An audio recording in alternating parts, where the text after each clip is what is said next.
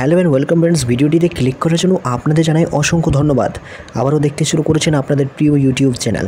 তো বন্ধুরা, যেমনটা আপনারা জানেন যে কিছুদিন আগে আমি একটি ভিডিও করেছিলাম যেখানে সুপ্রিম কোর্ট সরাসরি রায় দিয়েছিল চুক্তিভিত্তিক কর্মীদের নিয়ে, যে কর্মীদের কোনো মতেই স্থায়ী কর্মীদের মতো কাজ করিয়ে অস্থায়ী কর্মী হিসেবে রাখা যাবে না, অর্থাৎ তাদের স্থায়ীকরণ করতে হবে এবং সংবিধান অনুযায়ী তাদের সম কাজে সমবেতন নিয়মটি অবশ্যই বলবৎ করতে হবে। তো অবশেষে সেই খবরের সিলমোহর পড়ল। দীর্ঘদিন পর কর্মীদের আন্দোলনের জেরে সুপ্রিম কোর্টের নির্দেশের পর এবার অবশেষে সুখবর এসে গেল চুক্তিভিত্তিক কর্মীদের। এবার সম কাজে সম বেতনের নির্দেশিকা জারি করল কেন্দ্র এবং রাজ্যগুলিকে ইতিমধ্যেই চিঠি প্রেরণ করে বা নোটিশ দিয়েছে, বিভিন্ন নোটিশ প্রেরণ করেছে রাজ্যগুলির অর্থ দপ্তরগুলিতে। তো এই নির্দেশিকায় কি বলা হয়েছে, কোন কোন কর্মচারীরা এই নির্দেশিকার অর্থাৎ এই নিয়মের অন্তর্ভুক্ত হবে, তা বিস্তারিত তথ্য জানিয়ে দিয়েছে। তো ভিডিওটি শেষ পর্যন্ত অবশ্যই দেখুন যদি আপনি একজন চুক্তিভিত্তিক কর্মচারী হয়ে থাকেন। আর চ্যানেলে যদি নতুন দর্শক জুড়ে থাকেন, এই ধরনের লেটেস্ট ইনফরমেশন আপডেট সবার আগে পাওয়ার জন্য এক্ষুনি চ্যানেলটিকে সাবস্ক্রাইব করে পাশের বেল নোটিফিকেশন বাটনটি প্রেস করতে একদমই ভুলবেন না। তাহলে কেন্দ্রের এই নির্দেশিকায় ঠিক কী বলা হয়েছে, কোন কোন কর্মীরা এর অন্তর্ভুক্ত হচ্ছেন, রাজ্যের আইসিডিএস, অঙ্গনওয়াড়ি হেল্পার ওয়ার্কার থেকে শুরু করে VRP, casual worker, PHE, ICT, computer teacher, SSK, MSK এবং অন্যান্য হেলথ ওয়ার্কার, পৌর ডিপার্টমেন্ট, যেসব ক্যাজুয়াল ওয়ার্কার অস্থায়ী কর্মীরা রয়েছেন তারা কি এর অন্তর্ভুক্ত হচ্ছেন, বিস্তারিত জানাবো। তাছাড়া এর ফলে বন্ধুরা, এই যে সমকাজী সমবেতন নিয়মটি বলবৎ হচ্ছে, তার ফলস্বরূপ 6,000 থেকে 10,000 এবং 11,000 টাকা পর্যন্ত তাদের ভাতা বৃদ্ধিও হচ্ছে। তাহলে অবশেষে কিন্তু সুপ্রিম কোর্টের যে রায়টা ছিল সেটা অবশেষে মান্যতা পেল। তো চলুন বন্ধুরা, দেরি না করে আমরা মূল খবরে দেখে নিচ্ছি। দেখুন, হেডলাইন্সে বলা হয়েছে পেপার কাটিং। দেখুন, অস্থায়ীদের দিয়ে এবার স্থায়ী কর্মীর কাজ দিতে হবে সমকাজে সমবেতন, অর্থাৎ অস্থায়ীদের দিয়ে স্থায়ী কর্মীর কাজে দিতে হবে সমকাজে সমবেতন এবং নির্দেশিকা জারি কেন্দ্রের। দেখুন বন্ধুরা, এই নির্দেশিকায় কি বলা হয়েছে, সরকারি অফিসে অস্থায়ী কর্মীদের বেতন নির্ধারণের ব্যাপারে নীতি তৈরি করল কেন্দ্রীয় সরকার। পার্সোনাল মন্ত্রক থেকে এই সংক্রান্ত নির্দেশিকা কেন্দ্রীয় সরকারের সব দপ্তরে পাঠিয়ে দেওয়া হয়েছে। অস্থায়ী কর্মীদের দিয়ে স্থায়ী কর্মীদের কাজ করানো হলে বেতন তাদের হারে দিতে হবে, তা বলা হয়েছে।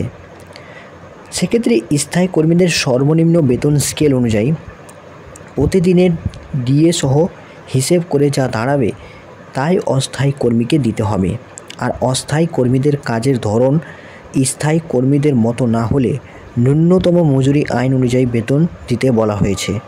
সুপ্রিম কোর্ট ইতিমধ্যেই সম্প্রতি একই ধরনের কাজে একই বেতন দেওয়ার জন্য যে রায় দিয়েছে, তার পরিপ্রেক্ষিতে এই নির্দেশিকা জারি করা হয়েছে বলে উল্লেখ করেছে পার্সোনাল মন্ত্রক। কেন্দ্রীয় পার্সোনাল মন্ত্রকের এই নির্দেশিকা কেন্দ্রীয় সরকারের অফিসে কার্যকর হবে। তাই রাজ্য সরকারি অফিসে কর্মরত অস্থায়ী কর্মীদের বেতনের ক্ষেত্রে নির্দিষ্ট নীতি তৈরির দাবি জানিয়েছিল কর্মী সংগঠনগুলিও। চুক্তিভিত্তিককে নিযুক্ত অস্থায়ী কর্মীদের জন্য 2011 সালের সেপ্টেম্বর মাসে নির্দেশিকা জারি করেছিল রাজ্য সরকার। আর তাতে 60 বছর বয়স পর্যন্ত চাকরির নিরাপত্তা ছাড়াও বেশ কিছু সুযোগ সুবিধা দেওয়া হয়। এর মধ্যে নির্দিষ্ট বেতন, নিয়মিত বেতন বৃদ্ধি, ছুটি, অবসরের পর এককালীন অর্থ দেওয়া প্রভৃতি রয়েছে। পরবর্তীকালে এই বেতন ও অন্যান্য সুযোগ সুবিধা বাড়ানো হয়েছে। এবারের বাজেটে অস্থায়ী চুক্তিভিত্তিক কর্মীদের জন্য 2,000 টাকা করে বেতন বৃদ্ধির ঘোষণা তো করা হয়, এবং কিন্তু সরকারি দফতরের চুক্তিতে নিযুক্ত অস্থায়ী কর্মীদের সবাই এই সুবিধাগুলি পাচ্ছেন না। মন্ত্রিসভার অনুমোদন নিয়ে সব নিয়ম মেনে যে অস্থায়ী চুক্তিভিত্তিক কর্মী নিয়োগ হয়েছিল তারাই সুবিধা পাচ্ছেন। এর বাইরে সরকারি দফতরে বহু কর্তব্যরত চুক্তিতে নিযুক্ত অস্থায়ী কর্মী কাজ করেন। বিভিন্ন এজেন্সির মাধ্যমে এই কর্মীদের নিয়োগ করা হয়েছে। তৃণমূল প্রভাবিত রাজ্য সরকারি কর্মচারী ফেডারেশনের মেন্টর কমিটি সদস্য মনোজ চক্রবর্তী সরকারি বিজ্ঞপ্তির আওতাভুক্ত অস্থায়ী কর্মীরা এখন 10,000 টাকার বেশি বেতনসহ অন্যান্য সুযোগ সুবিধা পান, কিন্তু এর বাইরে থাকা কর্মীরা অনেক কম বেতনে কাজ করছেন। এই বিষয়টি অনেকবার বিভিন্ন দফতরের নজরে আনা হয়েছে। এজেন্সির মাধ্যমে নিযুক্ত ডেটা এন্ট্রি অপারেটরদের অনেকেই এখনও 6 থেকে 7,000 টাকা বেতন পান। অর্থাৎ ডিইও যেসব কর্মীরা রয়েছেন তারা অনেকেই 6 থেকে 7,000 টাকা পর্যন্ত বেতন পাচ্ছেন। 60 বছর বয়স পর্যন্ত তাদের চাকরির নিরাপত্তা, ছুটি, অবসরকালীন প্রাপ্য কিছুই মেলে না। সেচ দফতরে নোটিশ সার্ভার, ভূমি দফতরে ওয়াটার ক্যারিয়ার এবং সুইপাররা তো আরও কম বেতনে কাজ করছেন।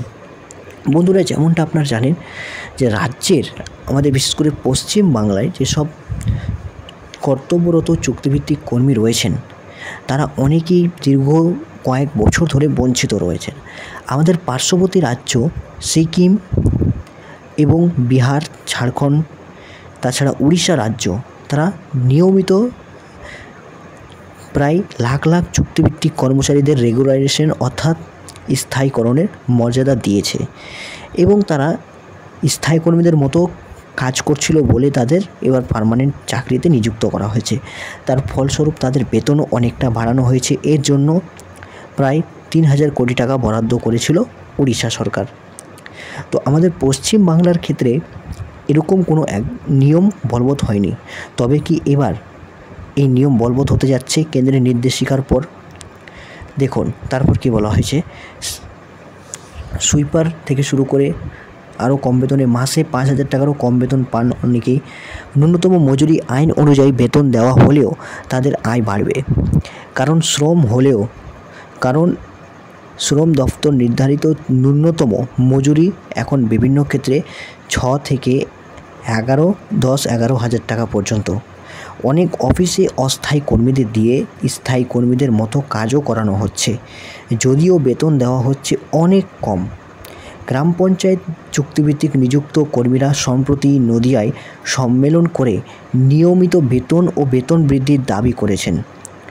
গ্রাম পঞ্চায়েতে হিসেব নিকেশের কাজ কম্পিউটারে করার জন্য এই কর্মীদের নিয়োগ করা হয়েছে। তাদের বেতন 5 থেকে 6,000 টাকা, কিন্তু চতুর্দশ অর্থ কমিশনের বরাদ্দ থেকে বেতন দেওয়া শুরু হওয়ার পর থেকে নিয়মিত মিলছে না বলে জানিয়েছেন মনোজবাবু, অর্থাৎ তার অভিযোগ।